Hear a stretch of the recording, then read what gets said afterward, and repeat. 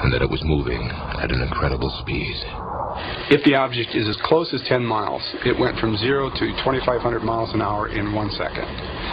That's an acceleration of more than 100 Gs, which would kill a human pilot. And the technology we're looking at is just quantum leaps beyond anything we have on the Earth. And what about the mysterious streak of light?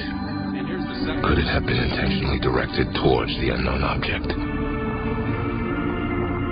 You have a streak that goes through where it had been. One thing that pops into everybody's mind is that this is some kind of a missile or weapon system. Kasha bases this theory on years of analytical, comprehensive study of the video. Could the double flash of light be the firing of some kind of sophisticated weapon? And if so, from where was it fired? At the time this event took place, the shuttle was on a course over the west coast of Australia. Curiously, there is a large American military installation near Alice Springs in central Australia. And it's the largest satellite intelligence gathering facility in the world. Although there is no proof, there is speculation that a Star Wars missile defense system is operational at this site. But for Buzz Aldrin, the explanation behind this footage is far less provocative. And I think we're often fooled by optical illusions. I mean, it's even a term that's quite common to most people, optical illusion. What does it mean? Well, it means that there's an illusory thing that we pick up with our eyes that we can't quite explain. Illusion or not, astronaut Mitchell believes this UFO, like others before it, deserves serious study. There have been a large number of other anomalous type phenomena that have been associated with the UFO phenomenon that are not easily dismissed. It should be looked at, and we should know what that is. Although NASA insists this footage is nothing unusual. After this mission, all live satellite feeds from shuttle cameras were canceled. While the debate continues over the shuttle discovery footage, a more recent mission is causing a whole new controversy. In December of 1996, a shuttle camera recorded this bizarre image above the Earth's atmosphere. And on the same mission, these three objects were captured on video by NASA cameras. They seemed to orbit directly over a thunderstorm on Earth, moving independently of each other, yet close together. And then there's this startling occurrence. Dr. Kasha is eager to analyze this new space shuttle footage. And these three objects are moving with respect to each other, so they're not stars. And the cameraman is interested in them too. He's going to follow them, try to get a closer look. So we have some interesting, intriguing things that I really don't understand. The most interesting thing to me is that little blob that seems to pop up from the clouds or whatever. It's got that little dark center and it's circular and it floats across, and I'm just really not sure what it was. I would love to be able to explain what it is. I wish NASA, when interest is shown in something like this, would put people on it to investigate it thoroughly, not just to watch the video. Sit down and do a real rigorous job and show us the science and the calculations and try to really explain what some of these things are. Where do we come from? Why are we here? These are burning questions. This is perhaps a small step in finding out a little bit more about how we fit into things. We need to make people aware that this UFO business is important and significant and worthy of study, and we need to get more mainstream scientists involved in it. I think that's very, very important.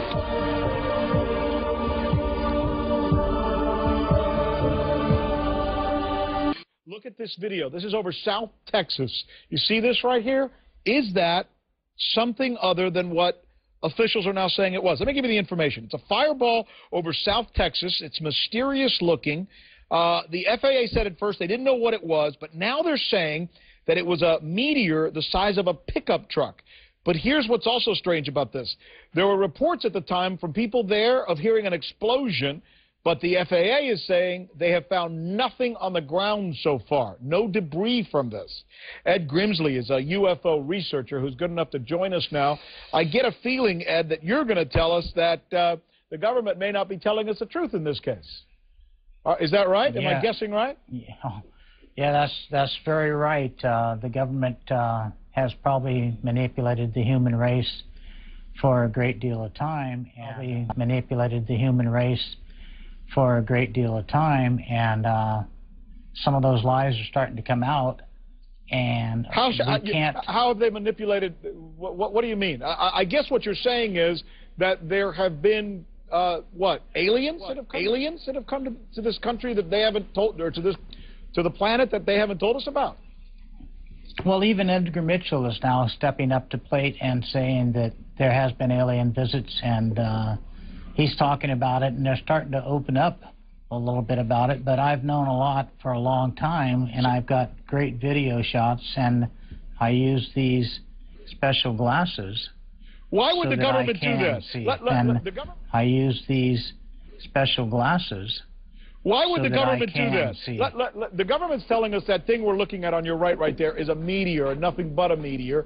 Why would they lie to us about that? If it was something else, why wouldn't they come forward and say, hey, something strange has happened, and sell the story? Heck, a lot of people would want to tell it and listen to it, right?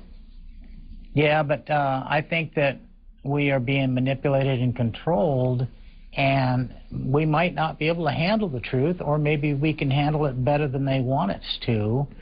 And there has been a great deal of activity with UFOs and battles in space and at the edge of space, and we've been lied to and denied about it, and that's a fact. I've got videos that I'll show to the world. We'll follow up with you, Mr. Grimsley. Thanks so much for being with us. I know a lot of people would look at you wide-eyed or thinking maybe you're nuts to even be saying these things, but we'll follow up. We'll see what you got. And we'll see if we can do a follow-up on the story. Mr. Grimsley, thanks so much, UFO researcher. Do you believe in UFOs? All right, welcome, you guys. I'd like to introduce to you a friend of mine. His name is Mr. Ed Grimsley, and we're going to meet him in just a little bit. He's going to tell us a little bit of his story of his personal sightings of UFOs. Now, these sightings started for him back when he was about 16 years old. And currently to this day, he's still capturing objects through the use of a very unique way, using night vision goggles. Now, I've got a pair right here. I actually was fortunate enough. I work also with Jose Escamilla, and the three of us went out one night and got to use these goggles firsthand. And let me tell you, this is the real deal. If you really want to see what's going on up there in the sky, if you really want to have that extra pair of eyes, this is the way to do it, and it's absolutely amazing. So Ed's got a story of his sightings of UFOs, so let's welcome Ed Grimsley. When I was around 10 or 12 years old, I was hiking with family on Mount Santa Elena up in the Napa Valley, the head of the valley, and we saw UFOs, and the first one pulled in and was just hovering over the valley right next to the mountain. And my family said, oh, a flying saucer, and I looked up through my little binoculars that I had and could see it just as good as could be. And another one pulled up right beside of it and then moved around slightly behind it. And they sat there for probably 30 seconds or so, and then they both just whoosh, and away they went, so fast that you couldn't see them leaving.